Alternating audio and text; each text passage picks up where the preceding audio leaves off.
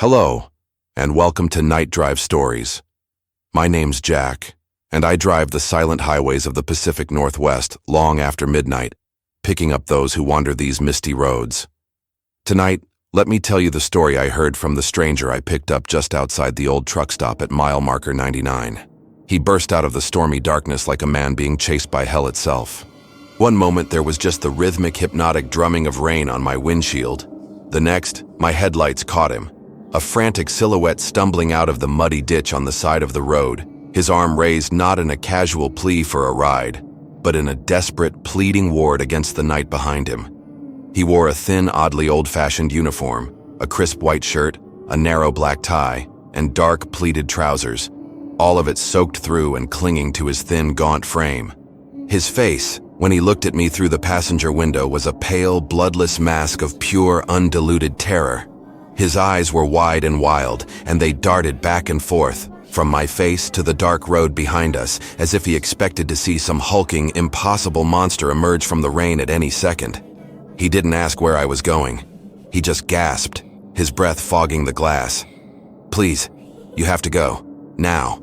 I unlocked the door, and he scrambled in, bringing a gust of cold, wet air and the palpable scent of ozone and sheer animal panic with him. "Go!" he gasped again, his voice a ragged, breathless, broken thing, as he slammed the heavy car door shut and fumbled with the lock, his fingers slick with rain and trembling so badly he could barely perform the simple action. "Please, just drive. Fast. Don't look back." I didn't need to be told a third time. There was a quality of fear in his voice that went beyond anything rational or mundane. This wasn't a man running from a bar fight or a jilted lover or a bad debt. This was something else entirely, something primal.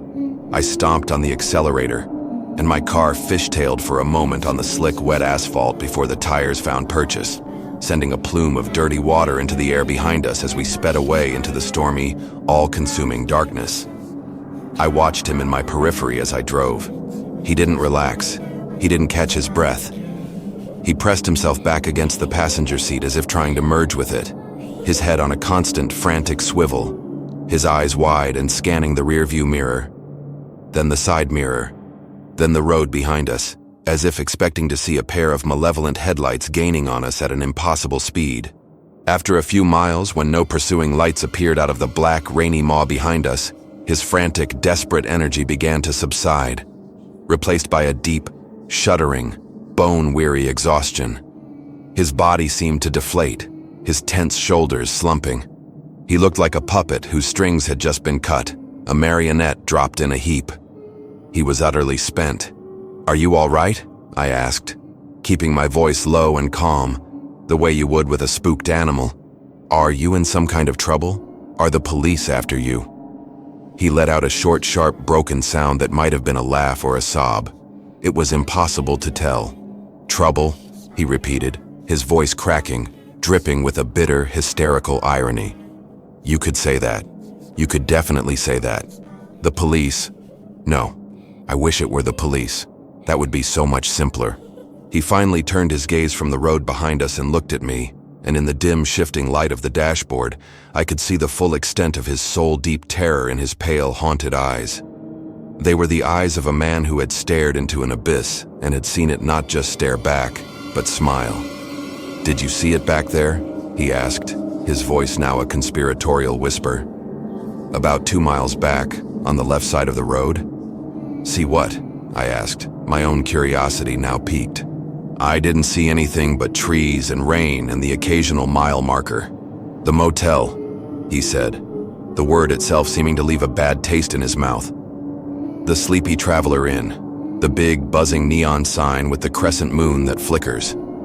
I did have a vague, fleeting recollection of it now that he mentioned it. A small, lonely-looking, L-shaped motel, one of 1,000 forgotten places that dot the American landscape like lonely, decaying gravestones. A sad, flickering green neon sign promising vacancy, and a clean bed to weary, desperate travelers. It was an image so common on these long, dark night drives that it barely registered. It was just part of the scenery of loneliness. "I think I saw the sign, yeah," I confirmed. "The one with the moon that's missing a piece of tubing so it looks like it's weeping green tears." What about it? He leaned forward, his eyes boring into me with a desperate, almost violent intensity. Listen to me, he said, his voice low and urgent, grabbing my arm for a second with a cold, surprisingly strong hand. You need to promise me something, right now. You need to give me your word as a fellow traveler of this godforsaken road. Never stop there. No matter how tired you are, no matter how bad the storm is, no matter how tempting that vacancy sign looks when you've been driving for 12 straight hours. You keep driving. You don't even look at it. You just keep driving. Do you understand me? It is not a place of rest. The sheer conviction in his voice was chilling. It sent a shiver down my spine that had nothing to do with the car's heater. Okay, I said slowly, my eyes on the road, my mind on his words. I promise. But why? What happened there? He sank back into his seat, running a trembling hand through his soaked, matted black hair. I just escaped from it, he said, the word escaped sounding wholly inadequate for the terror he was feeling. He looked down at his strange, anachronistic clothes, at the crisp, waterlogged uniform he wore. I was the night clerk. He told me his name was Elias, and as the miles of empty, rain-lashed highway unspooled before us, a black ribbon leading from one nowhere to the next, he began to tell me his story. It wasn't a story about a bad boss or a dangerous guest or a run-down building. It was a story about the motel itself.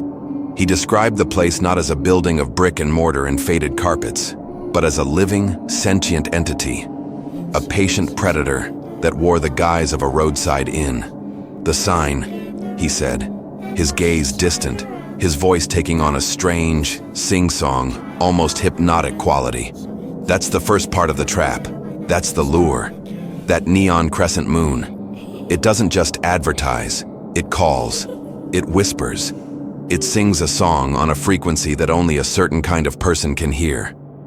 The lonely ones. The ones who are running from something, or running to nothing at all. The ones who feel like they've slipped through the cracks of the world, like they've become invisible. People who won't be missed. The motel can taste their loneliness on the highway, their despair, and it offers them a place to rest.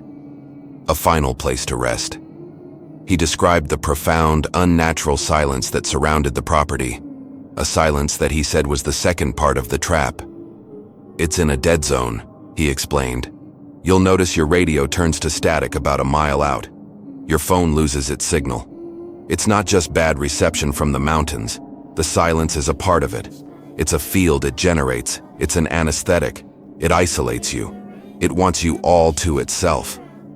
When you step out of your car in the empty parking lot, the silence is so deep and so absolute it feels like you've gone deaf. There are no crickets, no birds, not even the sound of the wind in the pines. Just the low, insistent hum of the neon and the sound of your own blood in your ears. He was a good storyteller, a natural. His words painted a vivid, unsettling, deeply atmospheric picture. He spoke of the motel's relentless, almost obsessive cleanliness, the way the rooms were always immaculate yet felt sterile and unused, like museum dioramas of motel rooms. He spoke of the Gideon's Bible in every drawer, but how if you opened it, all the pages would be perfectly, unnaturally blank. He spoke of the strange, faint, sweet smell that permeated the entire building, a smell like old paper and dried flowers and something else, something vaguely like ozone after a lightning strike. I was hooked. This was no ordinary story of a bad night. This was a tale from the thin places, from the dark corners of the American night, where the world doesn't play by the rules we think it does. This was a true night drive story. And Elias, the terrified boy in the strange, soaked uniform, was just getting started. He had set the stage. He had shown me the outside of the trap. Now, he was about to take me inside. I was born in that motel, Elias said, his voice taking on a flat, emotionless, almost robotic tone, the sound of a man reciting a catechism he has long since ceased to believe but is compelled to repeat. In room 1, the one attached to the manager's office. It was my nursery and my prison.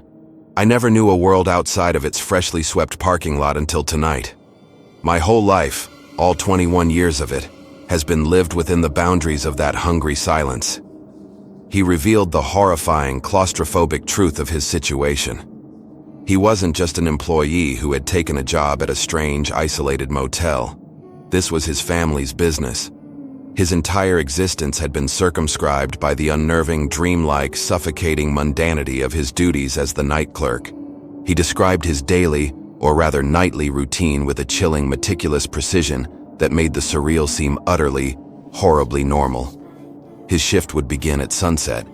He would put on his clean, crisp uniform, a style of clothing that hadn't been common since the 1960s, a relic from the motel's founding. Then he would take his place behind the polished, dark wooden check-in counter. There were only ever 3 of us on staff, he explained, his hands absently smoothing the wrinkles from his damp trousers. My mother, who was the manager. A tall, severe, unnaturally still woman who never smiled and always wore the same starched, gray, high-collared dress. She moved with a silent, gliding grace like a ghost. And there was Silas. He was the handyman. A huge, stoic, silent man who was as old as the motel itself, for all I knew. He had a face like a weathered granite cliff and hands the size of dinner plates. He was the one who kept the place in its state of unnatural perfection. He'd be there at all hours, polishing the already gleaming chrome, sweeping the walkways of leaves that never seemed to fall, painting over any scuffs on the walls before they could even set. He never spoke a word. In all the years I knew him, I never heard him make a sound, not even a cough. He was just a presence, a force of silent, implacable maintenance. The routine was always the same, a liturgical cycle. He would wait. Sometimes hours would pass, sometimes days would go by with no one turning off the highway. He would just sit there in the profound, buzzing silence of the lobby, under the soft, humming glow of the fluorescent lights, reading old, brittle paperback novels that guests had left behind decades ago. The stories were always a comfort, a window into a world that felt vibrant and real and messy, a world of love and betrayal and adventure, so unlike his own sterile, predictable, silent existence. And then, he said, leaning forward in his seat, his eyes wide in the darkness, a guest would arrive. It was always the same kind of person, a lone traveler. The motel never called to carloads of happy families or raucous friends. It called to the singular. A salesman at the end of his rope, his eyes full of the miles and the quiet desperation of missed quotas. A young person, not much older than me, running away from home with a cheap guitar and a heart full of pointless rebellion. A widow driving across the country with her husband's ashes in a brass urn on the passenger seat. People adrift, people who were already ghosts in their own lives. They would pull into the lot, drawn by the song of the sign, and they would walk into the lobby like sleepwalkers, their eyes full of a deep, terminal weariness, a sadness so profound it seemed to have weight. His job, he said, was simple. He had to follow the unwritten rules his mother had drilled into him since he was a boy, rules that were as immutable as the laws of physics in their small world.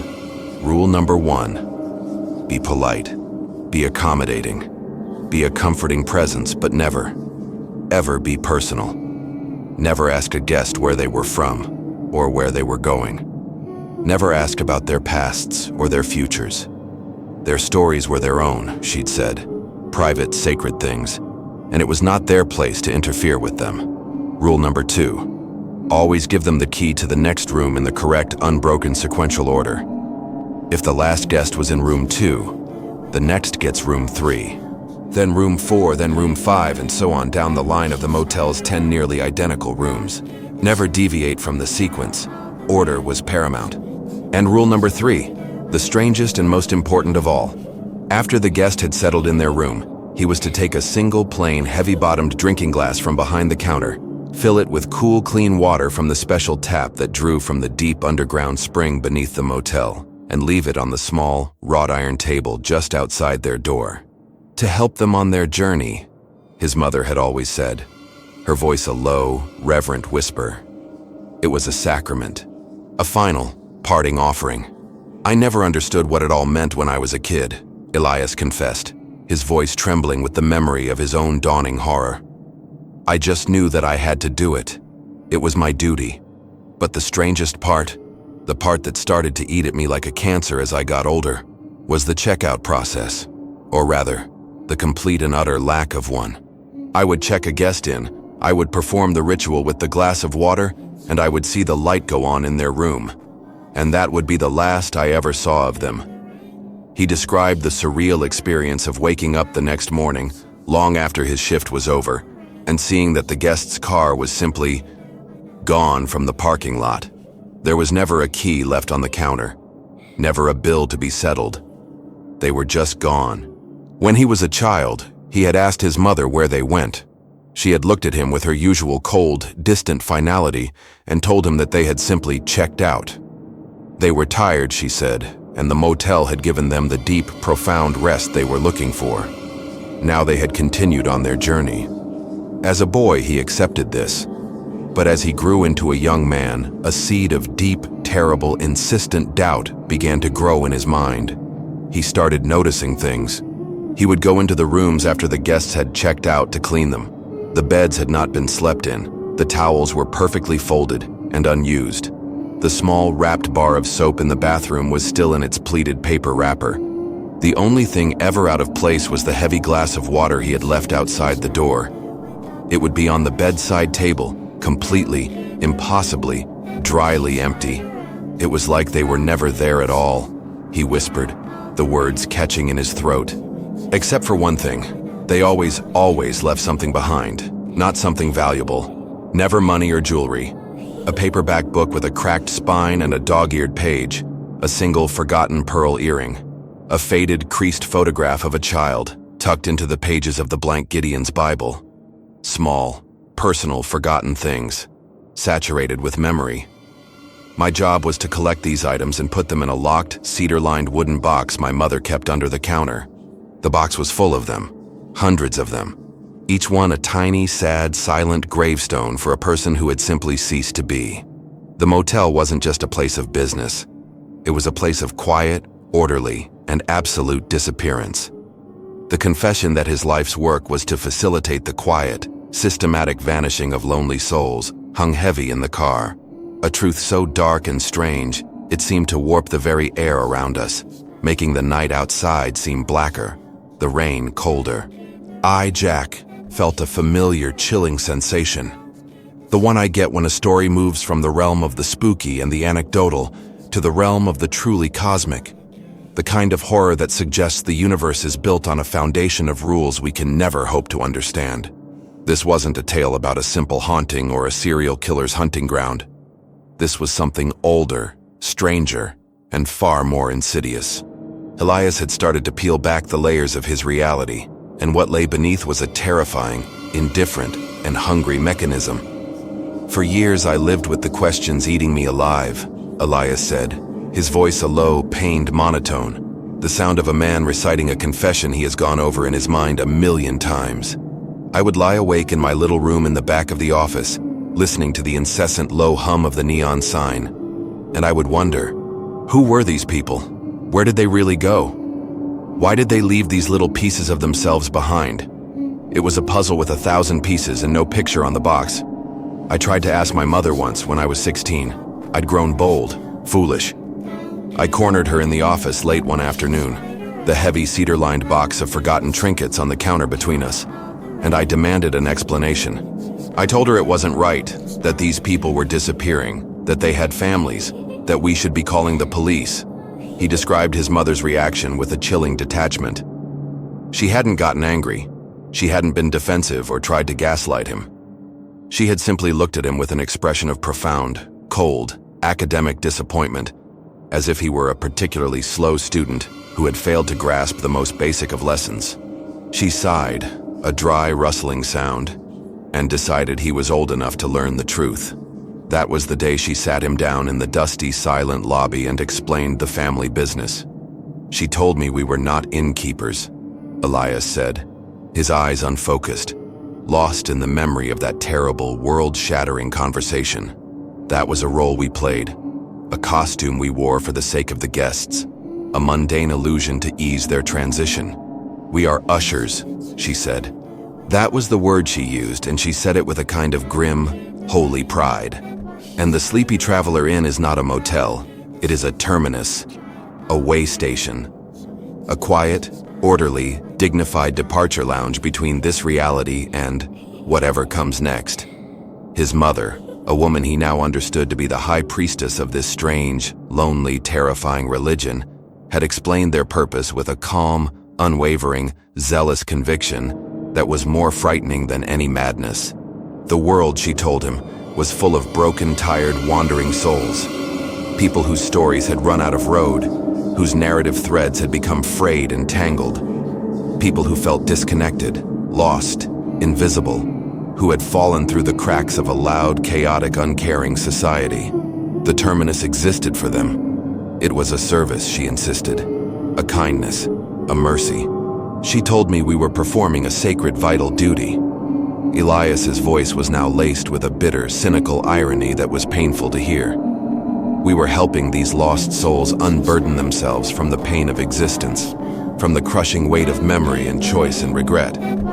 She said we gave them a quiet, peaceful, painless exit, a final checking out, a release from the story of themselves, and what they left behind, the trinkets, the memories, the books, the photographs, the very essence of their stories, was a tithe, a payment for the service rendered, a fare for their final journey.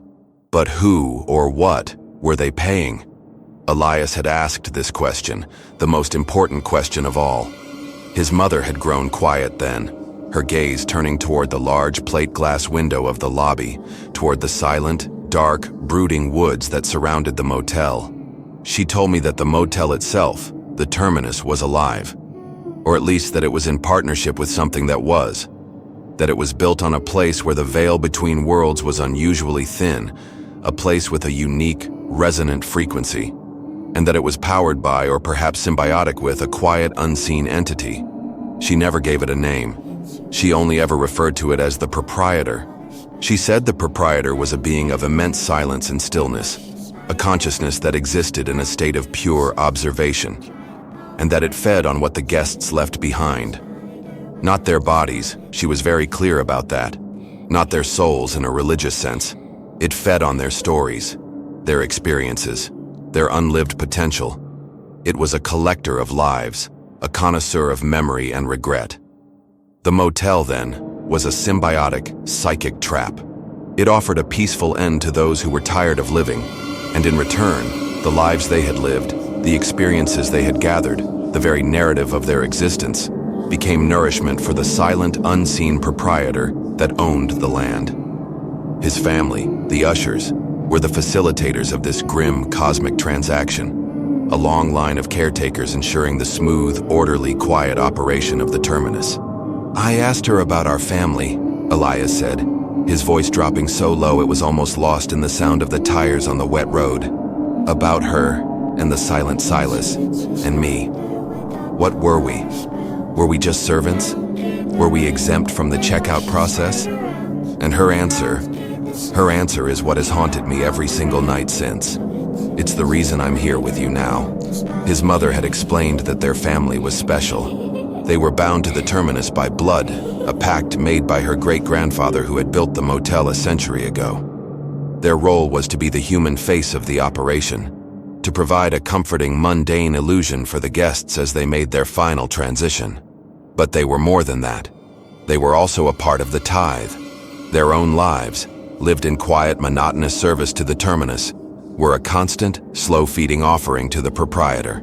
They were as much a part of the motel's ecosystem as the building itself, their existence helping to anchor the terminus to this reality. I realized then that we weren't jailers, Elias whispered, a new layer of horror dawning in his voice as he spoke the words aloud. We were livestock. We were the shepherds of the flock, yes, but we were also part of the flock ourselves. We were just being fattened up more slowly than the guests. Our lives, our entire lineage, was a long, slow checkout process that we were born into and could never leave. We were the house wine, cellared for a special occasion. That night, after their conversation, Elias had started to truly see the motel for what it was. The humming green neon sign no longer looked welcoming. It looked like the bioluminescent lure of a deep-sea predator, patiently waiting in the crushing dark. The impeccable cleanliness of the rooms no longer seemed professional. It seemed like the sterile preparation of a sacrificial altar. And the silence no longer felt peaceful. It felt hungry, attentive, and vast. He was trapped, a prisoner in his own home, serving a silent cosmic landlord who would one day come to collect his own story, to drink down his own unlived potential. And all he could do was wait, and perform his duties, and wonder when his turn would finally come. The knowledge of his family's true, monstrous purpose had settled over Elias like a shroud of freezing fog, poisoning the mundane reality of his life. Every guest who checked in was no longer just a lonely traveler. They were a sacrifice he was helping to prepare, a soul he was leading to the altar. Every time he handed over a key with a polite professional smile, it felt like a liar's grimace. Every time he placed the sacramental glass of water outside a door, it felt like he was offering a final poisoned sacrament. He performed his duties with a new, hollowed-out understanding, a sense of deep, personal complicity that gnawed at his soul. But the full, monstrous scope of the checkout process, the final terrible act of the play, remained a mystery to him. It was a sacred rite that his mother and the silent, hulking Silas handled in the deep hours of the night after he had retired for the day. That is, until one rainy night, about a year before his escape. "There was a woman," Elias began, his voice dropping, becoming softer, more intimate, a testament to the vivid importance of this specific, painful memory. Her name was Eleanor. She was a retired librarian from a small town in Ohio, a widow in her late 60s. She had a kind, gentle face, etched with the lines of a life full of quiet sadness and small joys. She was driving to California to see the ocean one last time. She was different from the other guests. The others were always so withdrawn, so lost in their own misery they were like ghosts already. But Eleanor, she was quiet, yes, but she was also warm. She smiled at me, a real, genuine smile, not the grimace of a salesman or the vacant look of a runaway. She saw me. She asked me if I liked to read. We talked for almost an hour about books, about the magic of stories. For that hour I felt normal. I felt like a real person, a young man talking to a kind older woman, not a functionary in some terrible cosmic machine. He had checked her into room 6. He had performed his duty, leaving the heavy glass of water outside her door, his heart feeling heavier than ever before. He had felt a real human connection with this woman, a flicker of warmth in the cold, sterile world of the motel. He didn't want her to check out. That night, fueled by a dangerous mixture of affection and rebellious curiosity, he made a decision. He had to know. He had to see what really happened to the guests. He had to witness the final act. The checkout process, his mother had once hinted in a rare, cryptic moment of instruction, always culminated in the final room in the sequence, the last stop on the line. Room 7. She called it the transition room. But in one of his grandfather's old, hidden, leather-bound journals, he had found a different, more chilling and more descriptive name for it. The Room of Lost Roads. Armed with this knowledge, and with a desperate, fearful curiosity that overrode his caution, Elias had waited until the dead of night, until his mother and Silas were occupied in the basement laundry room, a place he was forbidden to go. He stole the master key from the office, a heavy, ornate brass key, unlike the simple steel keys for the other rooms, and crept down the long, silent, covered outdoor corridor that connected the motel rooms. "The air got colder as I got closer to room 7, he whispered, his own breath misting in the cool air of my car now, as if the memory carried its own supernatural chill. And the smell, the sweet, cloying smell of ozone and dried flowers was stronger here, almost thick enough to taste. A scent of sweet decay. The door to room 7 looked just like all the others, with the same peeling paint and the same tarnished brass numbers. But it felt different to the touch. It felt ancient. And it hummed with a low, barely perceptible energy. The key turned in the lock with a sound not like metal on metal, but like grinding bones. I opened the door a crack, just an inch, just enough to peer inside. The room wasn't what he expected. It wasn't a place of overt horror, not in a physical sense. There were no instruments of torture, no bloodstains on the carpet. It was just a motel room, furnished identically to all the others with a bed, a chair, a small table. But there was one profound, reality-bending difference. The walls were lined not with cheap peeling wallpaper, but with shimmering, watery, frameless mirrors. They covered every surface, even the ceiling. The room was a kaleidoscope, an infinity mirror. And in them, he saw Eleanor. She was standing in the center of the room, he said, his voice trembling with the remembered awe and terror of the sight. But I wasn't just seeing her reflection. In the hundreds of mirrors that surrounded her, I was seeing her other lives. All the other possible lives she could have lived. The roads not taken, my grandfather had called them in his journal. It was like looking at 1,000 different movies playing all at once on 1,000 different screens, and she was the star of every single one. He described the impossible, heartbreaking vision with a haunting clarity. In one mirror, he saw a younger Eleanor, 20 years old, laughing, married to her high school sweetheart, who, in reality, had died in the Korean War. They were raising a family in a small, sun-drenched house with a white picket fence. In another, she was a celebrated author, her hair stylishly cut, living in a chic apartment in Paris, giving a toast at a lively dinner party. In another, she was a beloved elementary school teacher, surrounded by the adoring, upturned faces of her students. He saw her as a world traveler, haggling in a crowded Moroccan market. He saw her as a scientist, peering into a microscope with an expression of intense concentration. He saw her as a mother, as a painter, as a farmer. He saw every major choice she had ever made, and every alternate branching reality that had sprung from the choices she hadn't made. It was a beautiful, terrible, heartbreaking symphony of her own squandered potential.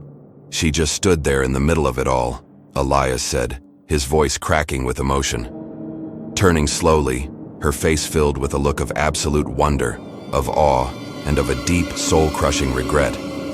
She was mesmerized, lost in the beauty and the sorrow of all the lives she could have had. And as I watched, horrified, I saw her real form, the old woman in the center of the room, begin to fade. She grew translucent, her edges blurring, as if the images in the mirrors were drawing the very substance, the very reality, out of her. He watched as, one by one, the images in the mirrors began to fade to black, like dying television screens being switched off. The happy young wife, the celebrated author, the beloved teacher, all of them vanished into darkness. Finally, the last image faded away, and with it, the translucent form of Eleanor in the center of the room winked out of existence completely, like a soap bubble popping. The room was empty. The mirrors now only reflected the sterile, empty room itself, over and over again into infinity. She had been checked out. Her potential, all her lost roads, had been harvested. That was the tithe. That was the final exquisite meal for the silent proprietor. Elias had stumbled back from the door, his hand clasped over his mouth to stifle a scream, sick with the full, monstrous final understanding of his family's work. They weren't offering rest. They were facilitating a theft of the most intimate, personal, and terrible kind, the theft of a person's might-have-beens. He had run back to the office, his heart pounding, his mind shattered by what he had seen. And he had vowed that night, with a certainty that burned like a fire in his chest, that he would find a way to escape. He would not let his own lost roads be the next meal for the thing that lived in the silence of the sleepy traveler inn. He just had to wait for his chance. He had no idea how soon it would come. The year following his horrifying discovery in room 7 was a kind of waking nightmare for Elias. He existed in a state of suspended silent terror, performing his nightly duties as the clerk with the flawless, numb precision of an automaton. Every polite smile he gave a new, weary guest felt like a liar's grimace, a skull's grin. Every time he handed over a simple room key, it felt like he was a Judas passing over a silver coin, betraying a soul to a fate worse than death. He was constantly watched by his mother's cold, knowing obsidian dark eyes, and by the silent, imposing presence of Silas, the handyman, who seemed to always be there, just at the edge of his vision, polishing a doorknob or sweeping a spotless floor. He felt like a prisoner on death row, unsure of his execution date, but certain with every fiber of his being that it was coming. He spent his nights not sleeping, but poring over his grandfather's journals again and again, desperately searching for a weakness in the motel's system, a loophole in the pact, a way out. but he found nothing but generations of despair and quiet, orderly resignation. The terminus was a perfect, closed, self-sustaining system. No one ever left. The moment came 2 nights ago, Elias said, his voice dropping to a tense, dramatic whisper. He shifted uncomfortably in his seat, the memory so fresh it was almost a present-tense experience for him. And for me, it was a quiet night, a Tuesday. No guests had arrived for 3 days. Just me, my mother, and the silence. The air in the lobby felt expectant. She was doing the ledger, sitting at the big oak desk in the back office. It was a huge, old, leather-bound book where she meticulously recorded the business of the motel. It wasn't about money, of course. The guests never paid. It was about accounts of a different, more metaphysical kind. I was polishing the already gleaming brass service bell on the counter, just for something to do with my hands. The silence of the lobby was so profound, I could hear the soft cloth whispering against the metal. His mother had finished her work. She closed the heavy ledger, and the sound of the thick cover shutting was like a coffin lid closing, a sound of absolute finality that echoed in the silent room. She stood up from her desk and walked out into the lobby, her movements as silent and graceful as ever. She stopped in front of the counter and placed a single, cold, dry hand on his shoulder. It was a rare gesture of physical contact from her, and it sent a jolt of pure ice through his veins. "Elias," she had said, her voice completely devoid of any emotion, as flat and empty as the plains outside. "You have been a good son, a dutiful usher. The proprietor is pleased with your service. Your life here has been a fine and steady offering, but it is time for your rest. It is time for you to continue your journey." He told me he didn't understand what she meant at first. The words were so gentle, so cryptic. He thought, for a single, delirious, foolish moment, that perhaps she was finally letting him leave, giving him his freedom, his release from his duties. He looked at her, a flicker of desperate, childish hope in his heart. But then she had opened the heavy ledger on the counter, its pages filled with the names of the lost, and pointed a long, slender, pale finger at the very last entry. It was for room 7, the room of lost roads, and in the space for the guest's name, written in his mother's familiar, elegant, perfectly formed, and utterly merciless cursive, was his own name. Elias Pike. Checkout time. Sunrise. The world just fell away from me, Elias whispered, the memory stealing the very breath from his lungs. The floor seemed to drop out from under me. I was looking at my own name, on my own death warrant, signed by my own mother. The desperate hope I'd felt a second before curdled into the most profound, absolute heart-stopping terror I have ever known. She wasn't just my mother, my warden, my employer. She was my executioner. I was next. All those years, she hadn't been raising a son. She had been tending to a final, perfect sacrifice. His mother had simply looked at him, her expression unchanging, her cold eyes holding his, expecting him to accept his fate with the same quiet, weary dignity as all the other hundreds of guests he had watched disappear. She told him that Silas would come for him just before dawn to escort him to room 7. She told him to be ready, to be dignified. Then she turned and walked back into her office, closing the door behind her with a soft, final click, leaving him alone in the silent, humming lobby with his own death sentence. For a long moment, he was paralyzed, frozen by a mixture of shock, filial grief, and a terror so profound it was almost sublime. He looked around the lobby, the only home he had ever known, and saw it with new, terrified eyes.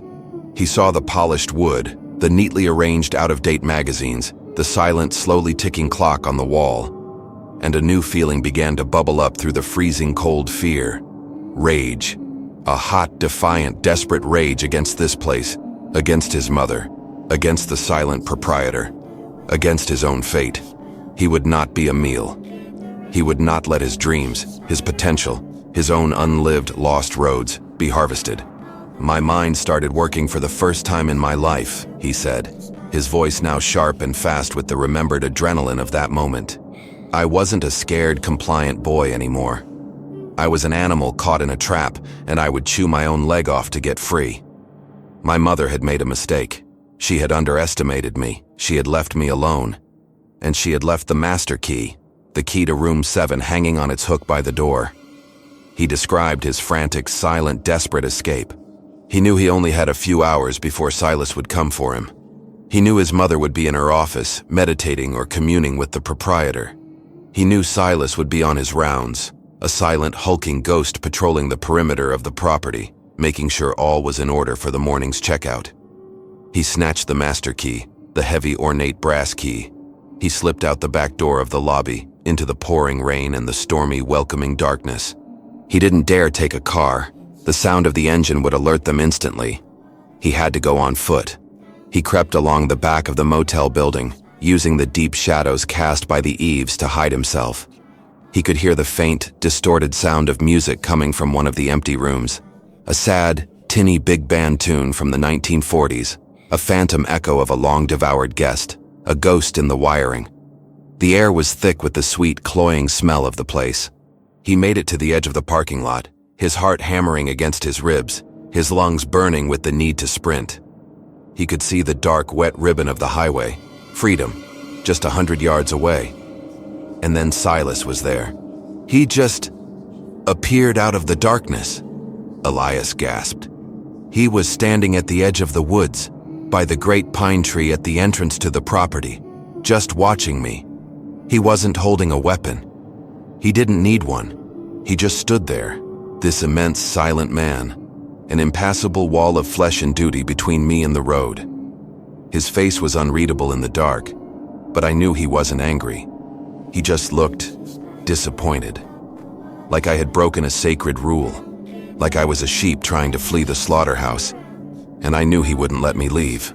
Elias knew he couldn't fight him. Silas was a giant. But in that moment of pure, blinding panic, a thought, an instinct, a lesson learned from his grandfather's journals came to him. The motel, the proprietor, its servants, they fed on order, on predictability, on quiet resignation.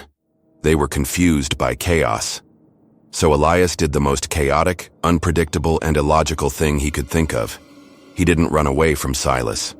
He ran directly at him, screaming at the top of his lungs, a raw, incoherent animal sound of pure rage and fear and defiance. It confused him, Elias said with a grim, breathless satisfaction. Silas was a creature of silence and order. My screaming, my charging at him like a madman, it didn't fit the pattern. It didn't compute. He froze for a single, crucial second, his head tilted in what looked like genuine confusion. And in that second, I didn't try to get past him. I dodged to the side, into the deep, dark, tangled woods. I ran, crashing through the underbrush, the wet branches whipping at my face, not caring where I was going, just away from the motel, away from him. I could hear him behind me for a while, moving through the woods with a silent, terrifying, unnatural speed. But I was smaller and desperate, and I just kept running until I couldn't hear him anymore. I ran for hours, lost and terrified, until I finally stumbled out of the woods and onto the highway, right where you found me. The climax of Elias's harrowing escape story hung in the air between us, a testament to the power of a single, desperate, chaotic act against a universe of suffocating, predatory order. He had done the impossible. He had checked out on his own terms. But as he slumped back in the passenger seat, the adrenaline finally leaving his system, it was clear that his ordeal was far from over. The frantic, wild-eyed energy of the escapee was now being replaced by the haunted, hunted paranoia of the permanent fugitive. He was out of the prison, but the prison, he was beginning to realize, was not out of him. The bars were invisible, and they were everywhere. "I'm free," he whispered, the words sounding hollow and unconvincing even to his own ears. He stared out at the passing rain-swept darkness, as if expecting the motel's green neon sign to appear at any moment on the horizon ahead of them. "But I know it isn't over. The terminus, the proprietor, it's old, and it's patient. And it doesn't like loose ends. It doesn't like accounts left unsettled. It's a creature of perfect, absolute order. And I am a messy, chaotic variable I'm not supposed to exist." He reached into the pocket of his soaked trousers, his hand trembling, and pulled it out. Clutched in his pale, trembling fingers was a single, heavy, old-fashioned brass key. A small, tarnished oval brass tag hung from it, stamped with a single, ominous digit. 7. The master key to the room of lost roads. "I took this," he said, holding it out for me to see in the space between us. In the dim green light of my dashboard, the brass seemed to gleam with a faint, sickly, internal luminescence. It looked ancient and powerful. I don't know why. It was an instinct, a moment of pure impulse. I thought maybe it was a weapon, something I could use against them, a piece of the place I could hold hostage. But now I think it was a mistake, a terrible, fatal mistake. He told me the key was never cold. Even now, soaked as it was always slightly warm to the touch, as if it held a tiny residual spark of all the lives, all the potential that had passed through its lock. And sometimes, he said, when the night was quiet and he was truly alone, it would hum. A low, soft, almost inaudible vibration that he could feel in the bones of his hand, a sound that harmonized perfectly with the memory of the humming of the neon sign at the motel. "It's a tether," he said, his voice full of a dawning, sickening realization, his eyes fixed on the key as if it were a venomous snake. "It's a leash. As long as I have the key, the motel has a lock on me. It knows where I am. I can feel it sometimes, when I'm about to fall asleep. A strange, pulling sensation in the back of my mind, a psychic tug, a gentle but insistent summons, trying to draw me back to that lonely stretch of highway, back to my duty, back to my scheduled checkout. I think this isn't an escape. This is just a longer road. A longer walk to room 7. The proprietor is giving me some line, letting me think I'm free, just so it can savor the story of my eventual, inevitable, weary return." He looked at me then, his eyes wide with a new, fresh horror, a horror that now included me, the innocent bystander. "And by telling you everything, what have I done?" he asked, his voice a frantic, panicked whisper. "The motel, it preys on the lonely, the lost, the people who are tired of their own stories. And now you know its story. You know the story of the terminus. Does that put you on its radar? Does it hear your name now because I've spoken it in its presence, so to speak?" The question was a cold spike of fear in my own gut.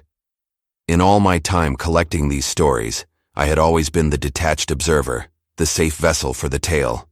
I was the confessor, not the penitent. But the sheer terror in Elias's eyes made me question that for the first time. Was knowing the story as dangerous as living it? "And the key," he said, his gaze dropping back to the terrible, glowing object in his hand. "I can't get rid of it. I've tried. I tried to throw it out the window back there about 10 miles ago, but my hand wouldn't open. It was like my muscles wouldn't obey me. It's a part of me now. What if I give it to someone else? Do I pass the tether on? Do I curse them? Do I make them the new night clerk? Do I save myself by damning someone else?" He stared at the key, then at me, and I saw a flicker of a terrible, desperate temptation in his eyes, the frantic, selfish look of a drowning man who sees a single piece of floating wreckage. For a heart-stopping second, I thought he was going to offer it to me, but the moment passed. He closed his hand around the key, his face a mask of resigned, miserable despair. "No," he said to himself, a ragged, broken whisper. "I can't. That would make me no better than her, than my mother. This is my story. I have to see it to the end." He had no answers, only a new and expanding universe of terrifying, unanswerable questions. Was he truly free, or was he just a ghost on a longer, more cruelly elastic leash? Was he a survivor, or was he a contagion? A typhoid Mary spreading the story of the terminus to new, unsuspecting ears. Was he running from his fate, or was he just playing his assigned role in a much larger, more patient, and more horrifying story? I drove him to a small, all-night bus station in a town 100 miles from the motel, a place buzzing with enough harsh fluorescent light and mundane human activity to feel, for a moment, safe. He got out of the car, the heavy brass key to room 7 now hidden deep in his pocket, a warm, humming secret. He didn't look back. He just walked into the station and disappeared into the crowd of other tired, transient souls. Just another lonely traveler on the road. One of the many the motel might be listening for. As I pulled away, heading back into the comforting, familiar darkness of the highway, I couldn't shake the feeling of profound dread he had left behind. I kept thinking about the flickering green neon sign of the Sleepy Traveler Inn, a lure for the lost. I thought about the silent, hungry proprietor, a collector of stories. And I thought about the warm, humming key to room 7. And I found myself checking my rearview mirror, not for flashing lights, but for the comforting, mundane reflection of my own face, terrified that one day I might look and see the faint, smiling, superimposed face of a new night clerk, waiting for me to finally check in. And I have to wonder, now that you have heard the story too, does it hear your name in the silence? Does it know you're tired? Does it have a room waiting just for you?